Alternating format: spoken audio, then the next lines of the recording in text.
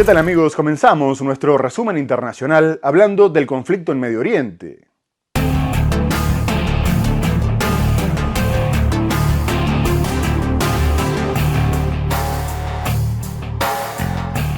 Hola, ¿qué tal amigos? Qué gusto saludarlos. Sean muy bienvenidos a un nuevo programa de Mundo IP, en el que vamos a estar haciendo un recorrido internacional con lo más relevante de lo que ha sucedido en el mundo esta semana.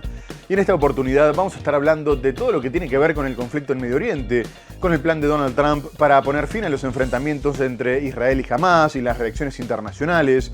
Vamos a abordar otras cuestiones como la guerra en Ucrania, el cierre del gobierno de Estados Unidos, el despliegue militar en Portland y mucho más. Así que ya mismo nos ponemos en marcha con el programa.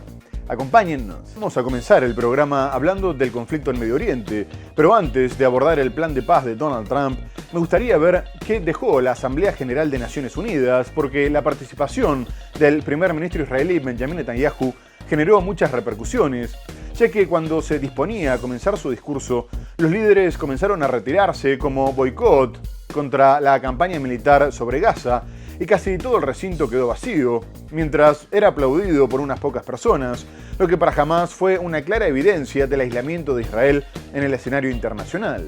No obstante, el mandatario continuó con su postura beligerante y afirmó que todavía no habían terminado con la franja, al tiempo que se refirió a la docena de países que reconocieron el Estado palestino y sostuvo que habían mandado el mensaje de que asesinar judíos era rentable, por lo que en realidad estaban fomentando el terrorismo, y que no podían aceptar la creación de un Estado palestino porque sería un suicidio nacional, teniendo en cuenta que cada vez que se les daba un territorio lo utilizaban para atacarlos, como había quedado demostrado en Gaza. Asimismo, Israel intentó que su discurso llegara a oídos de los rehenes, instalando parlantes en varias zonas del enclave, por lo que Netanyahu se dirigió a ellos en hebreo y en inglés y les dijo que no los habían olvidado y que no descansarían hasta llevarlos de vuelta, aunque al mismo tiempo continuaron las críticas contra el primer ministro por parte del Foro de las Familias de los Rehenes, que se manifestó nuevamente para denunciar que su recuperación no era una prioridad para el gobierno y que la expansión de la ofensiva hacia la ciudad de Gaza los ponía en mayor peligro. Hamás afirmó que el boicot por numerosos delegados al discurso del primer ministro Benjamin Netanyahu ante la Asamblea General de la ONU el viernes demostró el aislamiento de Israel como resultado de la guerra en Gaza. El discurso del primer ministro israelí recibió los aplausos de sus partidarios invitados en la sala, pero también los abucheos de delegados que abandonaron la sede de la Asamblea General de la ONU. Para un miembro del buró político de Hamás, Netanyahu se quedó solo con un coro de animadoras que ingresaron a la sala de la ONU para aplaudir a favor del genocidio. En su discurso, el primer ministro israelí rechazó las acusaciones de genocidio en Gaza, asegurando que alimenta a la población del territorio palestino. Aceptar la creación de un Estado palestino sería un suicidio nacional para Israel. Eso aseguró el viernes su primer ministro Benjamin Netanyahu ante la Asamblea General de la ONU, días después de que varios países occidentales como Reino Unido, Canadá y Australia se añadieran al reconocimiento de Palestina como Estado. ¿Saben qué mensaje enviaron esta semana a los palestinos, los líderes que reconocieron al Estado palestino? Es un mensaje muy claro: asesinar judíos es rentable. En un discurso retransmitido con altavoces en la Franja de Gaza, el mandatario se dirigió directamente a los rehenes en manos del movimiento islamista Hamás, primero en hebreo y luego en inglés. Nuestros valientes héroes, les habla el primer ministro Netanyahu en directo desde las Naciones Unidas. No los hemos olvidado, ni siquiera por un segundo. El pueblo de Israel está con ustedes. No dudaremos y no descansaremos hasta traerlos a todos de vuelta a casa. El presidente español, Pedro Sánchez, que lidera las condenas al conflicto en Gaza, también afirmó que Israel estaba aislado, por lo que era más inseguro, pero acusó al primer ministro Benjamin Netanyahu de hacerlo conscientemente, con el objetivo de crear una amenaza que justificara lo que estaba haciendo en el enclave, al igual que una eventual anexión de Cisjordania. Además, agregó que estaba perjudicando el futuro de su país al sembrar las semillas del terrorismo. Y en medio de la tensión con España y la postura cada vez más decidida de Francia, Netanyahu tuvo que evitar cruzar por el espacio aéreo de estos dos países en su viaje a Nueva York, alargando su trayecto en más de 600 kilómetros, ante la posibilidad de que cumplieran con la orden de arresto en su contra dictada por la Corte Penal Internacional por Crímenes de Guerra. Pero el que sorprendió con sus declaraciones fue Donald Trump, que reveló que se había comunicado con Netanyahu y le dijo que ya había sido suficiente y que era hora de detenerse. Asimismo contó que estaban cerca de llegar a un acuerdo que acabara con el conflicto armado y permitiera la liberación de los rehenes.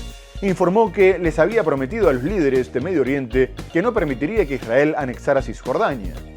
A su vez, el enviado especial de Estados Unidos, Steve Witkoff, informó que el mandatario norteamericano había presentado un plan de 21 puntos para lograr la paz. Y el vicepresidente J.D. Vance aseguró que pretendían que Gaza y Cisjordania estuvieran gobernadas por la gente que vivía ahí, aunque la franja estaría a cargo de un gobierno de transición que sería dirigido por el ex primer ministro británico Tony Blair. Pero al mismo tiempo Israel apura la creación de nuevos asentamientos en Cisjordania para enterrar la solución de los dos estados.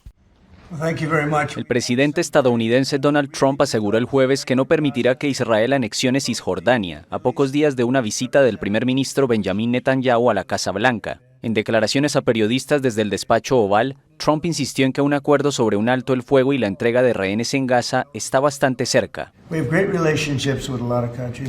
Tenemos excelentes relaciones con muchos países y es posible que estés aún más feliz cuando lo descubras porque hablamos con Bibi Netanyahu hoy y hablamos con todos los líderes en el Medio Oriente que son grandes personas y estamos bastante cerca de lograr un acuerdo sobre Gaza y tal vez incluso la paz. No permitiré que se anexione Cisjordania. Ya basta, es hora de parar, le dijo anoche el presidente estadounidense en la Casa Blanca. Al sur de Hebrón, en la Cisjordania ocupada, un asentamiento judío. Fíjense en la lona que hay detrás de sus concertinas. Escrita en árabe, envía un mensaje nítido a los palestinos. Aquí no tenéis futuro, les advierten. A la vuelta de la esquina, 37 familias viven con los colonos literalmente encima. Hace unas semanas uno de ellos mató a uno de los vecinos. Había colaborado en el documental No Other Land. Jalil es su hermano. Arrestaron al colono, sí. Pero esa misma noche, recuerda, lo dejaron en libertad. Al poco tiempo volvió a la aldea sonriendo. A ellos nadie los defiende. El ejército israelí denuncian o hace la vista gorda o directamente protege a los agresores. Poco más tarde, Hamás dijo que ni siquiera había recibido una propuesta de alto el fuego elaborada por Estados Unidos y que por el contrario Israel estaba ampliando su agresión sobre la ciudad de Gaza, mientras que el presidente de la Autoridad Nacional Palestina, Mahmoud Abbas, que tuvo que participar en la Asamblea General de Naciones Unidas por videoconferencia después de que Estados Unidos le prohibiera la entrada, afirmó que estaban dispuestos a trabajar con el presidente norteamericano y aclaró que Hamás no tendría ningún papel en un futuro gobierno de Palestina. El mandatario norteamericano estaba esperando a reunirse con Netanyahu en la Casa Blanca para dar más detalles y tras su encuentro aseguró que este había aceptado su plan, por lo que era un día para la historia. El plan contempla que Hamás deponga las armas y libere a todos los rehenes en 72 horas, a cambio de un alto al fuego inmediato y la retirada gradual de tropas israelíes, que se sumaría a la excarcelación de casi 2.000 presos palestinos.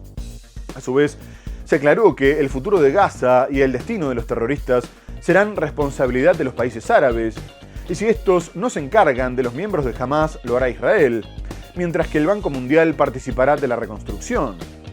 El plan va en contra de lo que pretendía el primer ministro israelí, que también tiene una fuerte presión interna por parte de los ministros más extremistas de su gobierno, que reclaman una presencia militar permanente en Gaza. Pero según los medios, Trump lo amenazó con soltarle la mano, por lo que no le pudo decir que no. Y una vez que el mandatario israelí aceptó el plan, el norteamericano afirmó que si era Hamás el que se negaba, ayudaría a Israel a destruirlo.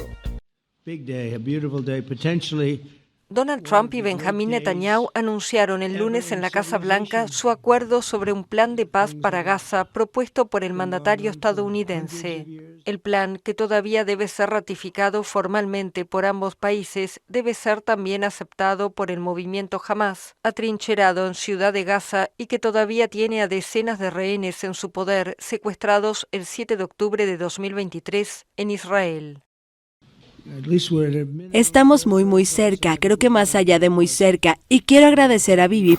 Y el plan generó una lluvia de reacciones positivas en todo el mundo. La presidenta de la Comisión Europea, Ursula von der Leyen, pidió aprovechar esta oportunidad porque era necesario acabar con las hostilidades y enviar ayuda humanitaria, y aseguró que el bloque estaba dispuesto a colaborar, una posición igual a la de miembros como Francia, Italia, Países Bajos y Portugal, que también agradecieron los esfuerzos de Trump para acabar con el conflicto.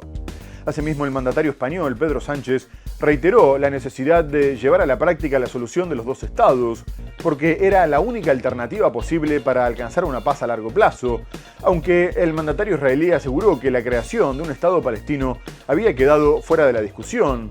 Y el primer ministro británico, Keir Starmer, pidió hacer un esfuerzo colectivo para que la propuesta funcionara. A su vez, la Autoridad Nacional Palestina, que según Israel no tendría ningún papel en un futuro gobierno, expresó su disposición a involucrarse con todas las partes para alcanzar la paz, la seguridad y la estabilidad de la región.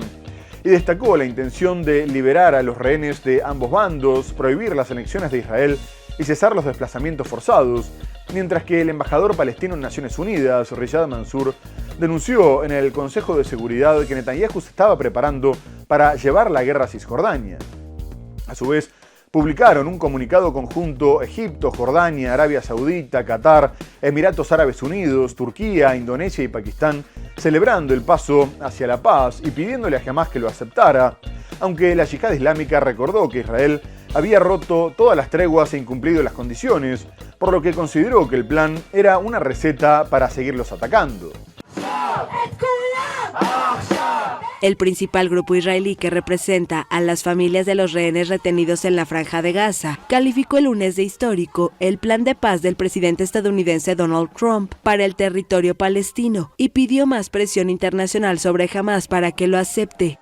Egipto, Jordania, Arabia Saudita, Qatar, Emiratos Árabes Unidos, Turquía, Indonesia y Pakistán aseguraron en un comunicado conjunto que aplauden el papel del presidente estadounidense y sus sinceros esfuerzos por poner fin a la guerra entre Israel y el grupo islamista Hamás. En Europa, el presidente francés Emmanuel Macron y el presidente del gobierno español Pedro Sánchez elogiaron el plan y exigieron poner fin a la guerra en Gaza y lograr la liberación de todos los rehenes. Por su parte, la autoridad palestina destacó los esfuerzos sinceros y decididos de Trump, según un boletín, y afirmó confiar en su capacidad para encontrar un camino hacia la paz. Por el contrario, la Yihad Islámica, un grupo armado palestino que lucha junto a Hamás en Gaza, denunció en un comunicado una receta para seguir atacando a los palestinos. Un responsable enterado de los diálogos dijo a la France Press que el plan fue entregado a los negociadores de Hamás, quienes declararon que lo examinarán de buena fe y darán una respuesta. La Autoridad Nacional Palestina también expresó que teme por el alcance de las operaciones militares israelíes en Cisjordania. Creo que cada vez está más claro que casi toda la comunidad internacional está avanzando hacia la paz y poniendo fin a esta tragedia en Gaza. El líder israelí, no el representante presente en esta sala, sino su jefe, lo ha dejado claro, preparando el terreno para trasladar la guerra a Cisjordania. De cualquier forma, la presión sobre Netanyahu había seguido aumentando, sobre todo cuando Hamás comunicó que había perdido contacto con 2 de los rehenes por los ataques incesantes de Israel contra la ciudad de Gaza, y que necesitaba que Israel detuviera todas las operaciones durante por lo menos 24 horas para permitir los intentos de rescatarlos, porque sus vidas corrían un peligro real. El gobierno de Benjamín Netanyahu había comunicado que no detendría su avance, pero corre el riesgo de que se lo culpe por la muerte de ambos, aumentando las críticas en su contra. Y la presión también es internacional, con una flotilla de activistas que buscaba romper el bloqueo de Israel en Gaza, llevando alimentos y medicinas, y que denunció que por lo menos 14 de sus 47 barcos habían sido atacados por drones no identificados mientras navegaban al sur de Grecia. Además, comunicaron que se lanzaron granadas aturdidoras y polvo irritante, y que si bien no se habían registrado heridos, se produjo una obstrucción generalizada en los sistemas de comunicación. Poco más tarde, Italia y España condenaron el ataque y enviaron buques de guerra a la zona para que estuvieran disponibles en caso de ser necesarias operaciones de rescate. A su vez, el ministro de Defensa italiano, Guido Crosetto, explicó que en una democracia las manifestaciones y las formas de protesta también tenían que estar protegidas si se llevaban a cabo de acuerdo al derecho internacional y sin recurrir a la violencia. No obstante, advirtió que una vez que hayan dejado aguas internacionales, ya no podrían garantizar su seguridad, y propuso que entregaran la carga humanitaria en Chipre, lo que fue rechazado. Posteriormente, la flotilla fue interceptada por Israel. Para sus familias es una noticia devastadora. Hamás afirma haber perdido contacto con 2 rehenes. Uno de ellos es un soldado capturado el 7 de octubre. El otro fue secuestrado en el kibutz Nahal Oz, es esposo y padre de 2 hijos y apareció en un video propagandístico de Hamás en abril. El grupo dice que no tiene contacto con los rehenes tras la ofensiva israelí en Ciudad de Gaza y pide un alto al fuego. Las vidas de los 2 prisioneros corren un peligro real. Las fuerzas israelíes deben retirarse inmediatamente al sur de la calle 8 y detener todas las operaciones aéreas durante 24 horas a partir de las 6 p.m. de hoy, para permitir los intentos de rescate de los prisioneros. La flotilla Global Summit se acerca a la última etapa de su viaje con apenas 2 o 3 días de navegación antes de llegar a las aguas frente a la Franja de Gaza. Este será un momento decisivo para el convoy dirigido por civiles que transporta ayuda humanitaria para los palestinos. Hace una semana la flotilla fue atacada por drones mientras navegaba en aguas internacionales. El ataque dañó a algunos de los barcos y obligó a la flotilla a hacer un alto en Creta y a desembarcar a algunas personas de la tripulación.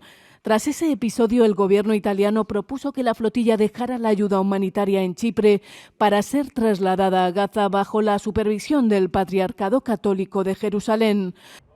Italia y España han enviado buques militares para escoltar al convoy humanitario, pero estos 2 barcos no están autorizados a entrar en aguas de Gaza ni a enfrentarse a la Marina de Israel en caso de una intervención contra la flotilla. Y mientras estaba en la Casa Blanca, Netanyahu aceptó llamar al primer ministro de Qatar, Mohammed bin Abdul Rahman, para disculparse por el ataque contra los negociadores de Hamás en su territorio, que dejó también un guardia catarí muerto junto a otras 5 personas, y le expresó su profundo pesar por el bombardeo, reconociendo que había violado su soberanía, y aseguró que no volvería a realizar un ataque similar en el futuro, en lo que fue un cambio de postura, dado que hasta ahora había justificado el ataque. Pero lo que no cambió es su intención de no limitarse a Gaza y Cisjordania y llevar su guerra a otros países, apuntando contra todo lo que denomina como el eje del mal liderado por Irán. En los últimos días continuó su enfrentamiento con los hutíes de Yemen, que lanzaron un dron que dejó 22 heridos, y más tarde respondió con ataques en Saná que provocaron la muerte de 8 personas y más de 140 heridos. Pero los ojos están puestos sobre todo en el Líbano, ya que tanto Estados Unidos como Israel le exigieron al gobierno que elaborara un plan para desarmar a Hezbollah, lo que hizo que la tensión interna se disparara después de que la organización chií se negara a dejar las armas y prometiera resistir los intentos del gobierno de recuperar el monopolio de la fuerza.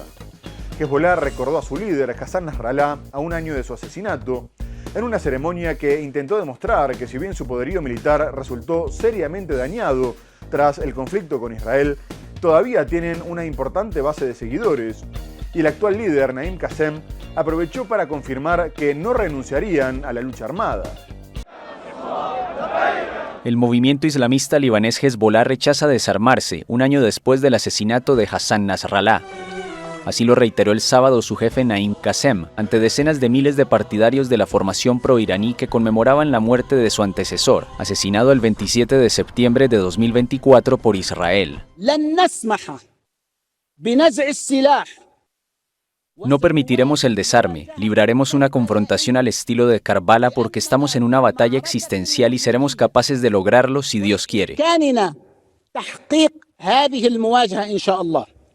Debilitado por una sangrienta guerra con Israel que terminó con un cese el fuego en noviembre, Hezbollah, que dominaba la vida política en Líbano, está sometido a una intensa presión para entregar sus armas al Estado libanés. A petición de Estados Unidos, el ejército elaboró un plan para desarmarlo, comenzando por el sur del país, fronterizo con Israel. La muerte de Nasrallah fue un golpe muy duro para el movimiento armado que perdió a la mayoría de sus jefes militares en la guerra. Hezbollah abrió un frente contra Israel poco después de que empezara la guerra en la Franja de Gaza entre el ejército israelí y Hamás, desencadenada por el ataque de este movimiento islamista palestino en el sur de Israel el 7 de octubre de 2023. Al iniciar las hostilidades, Hezbollah alegó actuar en apoyo de Hamás, aliado suyo. Los enfrentamientos viraron a una guerra abierta en septiembre de 2024, que se prolongó hasta el cese el fuego establecido el 27 de noviembre. Sin embargo, Israel sigue bombardeando con frecuencia objetivos del Hezbollah en Líbano. Y vamos a dejar Medio Oriente para hablar de la guerra en Ucrania, donde Rusia avanza en casi toda la región de Donetsk, acercándose a Limán y Siversk y avanzando dentro de la importante ciudad de Pokrovsk, pero también lo hacen hacia el oeste, en los óblasts de Dnipropetrovsk y Zaporilla. Y más allá de la línea del frente, después de que Donald Trump pareciera haber dejado la suerte del conflicto en manos de Europa, limitándose a vender armas a los aliados, y Rusia confirmara que los intentos de acercamiento habían fracasado, Kiev sufrió un ataque masivo con 600 drones y más de 40 misiles, que dejó por lo menos 4 muertos y 70 heridos. El Kremlin aseguró que había apuntado contra la infraestructura bélica de su vecino con armas de precisión de largo alcance, aéreas y marítimas, y que el hecho de que se destruyeran zonas residenciales respondía a la decisión de Ucrania de camuflar allí sus instalaciones militares, mientras que el gobierno de Volodymyr Zelensky denunció que había sido un ataque terrorista deliberado y selectivo contra ciudades comunes, y que tras el cierre de la Asamblea General de Naciones Unidas, así era como Rusia declaraba su verdadera postura.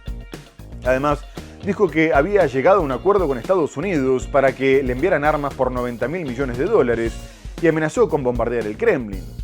Pero lo que se destacó sobre todo fue la mala respuesta de los sistemas de defensa de Kiev, ya que, si bien se aseguró que habían derribado la mayor parte de los drones y misiles, varios sistemas Patriot fallaron y llegaron a destruir algunos edificios de la capital.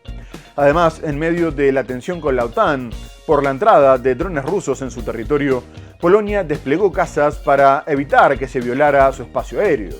Al menos 4 personas murieron y más de 70 resultaron heridas cuando Rusia llevó a cabo una gran ofensiva en Ucrania durante la noche del domingo. El ataque tuvo como objetivo varias ciudades, pero fue más intenso en la capital, Kiev, y en la ciudad suroriental de Zaporilla. Según las autoridades regionales de esta última, los ataques causaron heridas de diversa consideración a más de 2 docenas de personas, entre ellas 3 niños.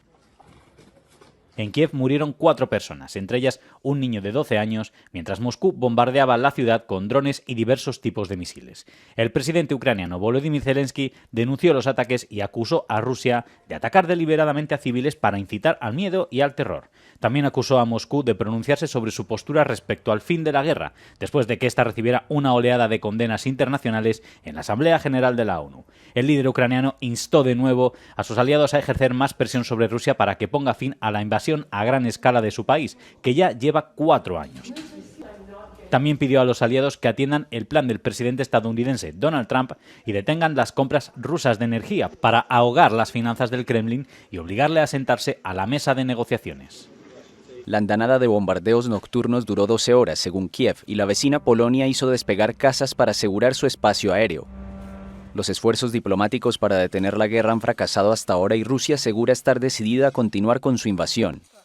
Por su parte, el Ministerio de Defensa ruso declaró el domingo que 41 drones ucranianos habían sido derribados durante la noche.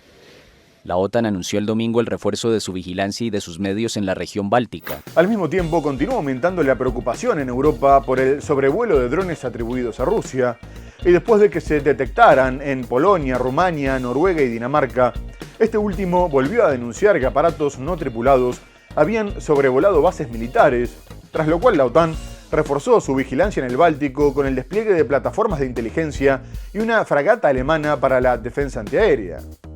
A su vez, Copenhague prohibió incluso los drones civiles durante la cumbre de la Unión Europea en la ciudad.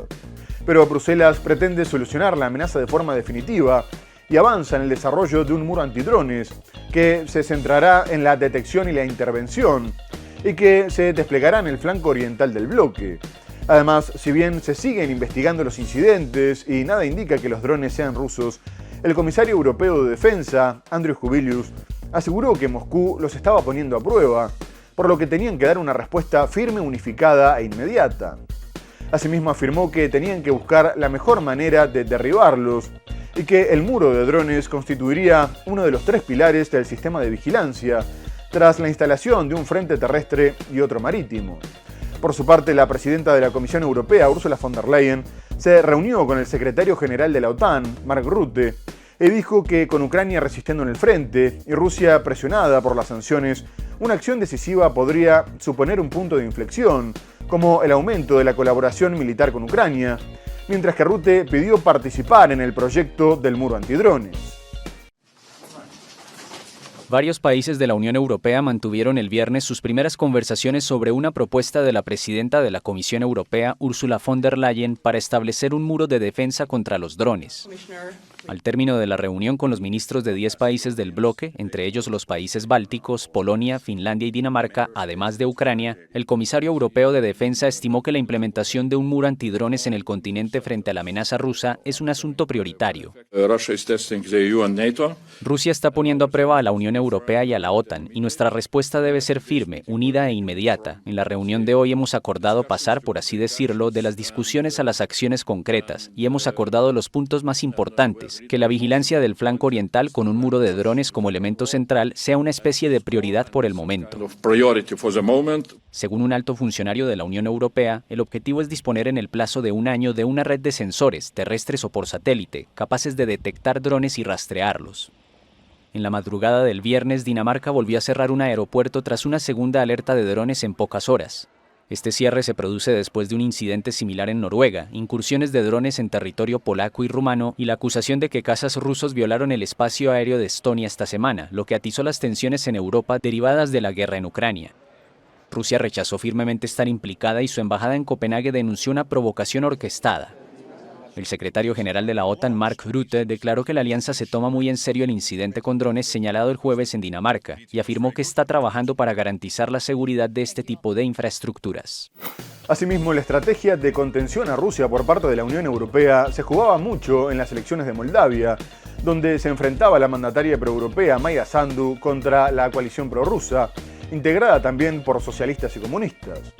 Y Bruselas respiró aliviada después de que el partido de Sandu ganara alcanzando la mayoría absoluta, con 55 bancas en un parlamento de 101, tras haber obtenido el 50% de los votos frente al 24% de la oposición. La coalición había hecho campaña advirtiendo que la política del gobierno con respecto a la región separatista prorrusa de Transnistria llevaría a una confrontación armada con Moscú, como la que tenía lugar en Ucrania. Y tras conocerse los resultados, el bloque electoral patriótico denunció fraude y adelantó que buscaría justicia en las calles y en los tribunales. No obstante, se afirmó que había sido clave la alta participación y el voto de la diáspora. Por su parte, el gobierno denunció una injerencia rusa sistemática, financiando la compra de votos y con campañas de desinformación en redes sociales, y afirmó que el día de la elección se registraron ciberataques y amenazas de bomba en las casillas instaladas en el extranjero. Por su parte, el ministro de Exteriores ruso, Sergei Lavrov, dijo que las elecciones habían sido fraudulentas y que era increíble hasta qué punto se podían manipular los votos, y denunció que el gobierno había obstaculizado el voto en Transnistria. Además, dijo que solo se habían abierto 2 colegios electorales en su país, a pesar de que había 500.000 moldavos, mientras que en Alemania se abrieron 36. A su vez, la Unión Europea destacó que se había elegido la democracia y la libertad. Las fuerzas proeuropeas triunfaron en las elecciones legislativas en Moldavia. El partido Acción y Solidaridad, en el poder desde 2021, superó el domingo el 50% de los votos, derrotando a la formación prorrusa Bloque Patriótico, que obtuvo algo más del 24% en unos comicios marcados por las acusaciones de injerencia de Moscú. Según las proyecciones, el oficialismo podría conservar su mayoría absoluta en el Parlamento con 55 escaños de los 101, frente a los 63 que tenía en la legislatura saliente. Esta es la victoria del pueblo de Moldavia, que ha demostrado que su libertad no tiene precio y que no se puede comprar. Su libertad no puede verse influida por la propaganda y el alarmismo de Rusia. Esta pequeña nación que aspira a integrar la Unión Europea, limita con Ucrania y tiene una región separatista prorrusa, lleva mucho tiempo dividida entre acercarse al bloque de Bruselas o mantener las relaciones de la era soviética orientadas hacia Moscú. Uno de los dirigentes del bloque patriótico acusó al oficialismo de manipular los resultados y anunció que presentó decenas de denuncias ante la Comisión Electoral durante una manifestación que él mismo convocó frente al Parlamento, en la que participaron unas 200 personas. La votación estuvo marcada por temores de compra de votos y disturbios, así como por lo que la Unión Europea catalogó como una campaña de desinformación sin precedentes proveniente de Rusia. El Kremlin negó estas acusaciones. La votación, en la que participó más del 50% de los votantes habilitados, se desarrolló en un ambiente marcado por varios ciberataques contra el ente electoral y falsas alarmas de bombas en múltiples colegios electorales. Por último, Irán mostró su indignación tras el restablecimiento de las sanciones de Naciones Unidas contra su programa nuclear. Y su ministro de Exteriores, Abbas Araghchi, advirtió que cualquier acción destinada a socavar los derechos e intereses de su pueblo enfrentaría una respuesta firme y apropiada.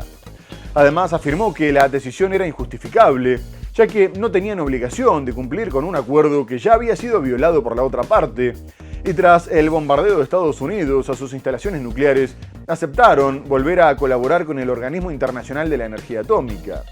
A su vez, si bien en un primer momento se comunicó que Teherán respondería abandonando por completo el Tratado de No Proliferación, el presidente Masoud Pezeshkian optó por conseguir garantías de que no volverían a ser atacados.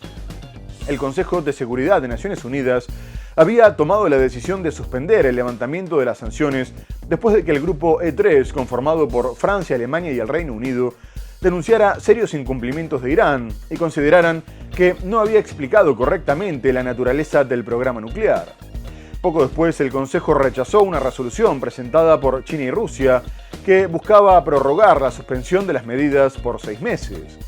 De esta manera se aprobó un embargo de armas, la prohibición de compra de petróleo y gas natural y el congelamiento de activos de las personas y empresas vinculadas al programa nuclear, lo que hizo que se desplomara la moneda local. No obstante, Rusia adelantó que no aplicaría sanciones y acordó construir en Irán 4 centrales nucleares por $25.000 millones. Las sanciones a Irán por su falta de cooperación con el Organismo Internacional de Energía Atómica entrarán en vigor nuevamente a partir del sábado, luego que el Consejo de Seguridad rechazara el viernes una resolución presentada por Rusia y China para dar una prórroga de 6 meses a Teherán. Por 4 votos a favor y 9 en contra, más 2 abstenciones, el Consejo tumbó la resolución que no alcanzó los 9 votos necesarios para ser aprobada. La resolución del Consejo que rige el acuerdo nuclear iraní de 2015 expira el 18 de octubre. Pekín y Moscú consideran ilegal el proceso de reinicio rápido desatado a finales de agosto contra el grupo E3, conformado por Alemania, Francia y el Reino Unido, que consideran que Teherán no ha cumplido con los compromisos de limitar su programa nuclear adquiridos en el acuerdo alcanzado en 2015. El canciller iraní Abbas Araghchi consideró la decisión legalmente nula y políticamente imprudente y débil. La posición de Irán sobre el snapback es clara, es ilegal, nulo y no tiene fundamento. El E3, al haber incumplido el acuerdo, no puede alegar un incumplimiento significativo. Las restricciones de la resolución 2231 expirarán permanentemente el 18 de octubre de 2025. Cualquier intento de reavivarlas o extenderlas es nulo y sin efecto. Tras conocerse el resultado de la votación, el presidente iraní Masoud Pezeshkian aseguró que su país permanecerá dentro del Tratado de No Proliferación Nuclear, incluso si las sanciones de la ONU vuelven a entrar en vigor. Muy bien amigos, tenemos que hacer una breve pausa comercial y enseguida regresamos para hablar del cierre parcial del gobierno de Estados Unidos, del despliegue de la Guardia Nacional en Portland y mucho más. No se vayan, ya volvemos.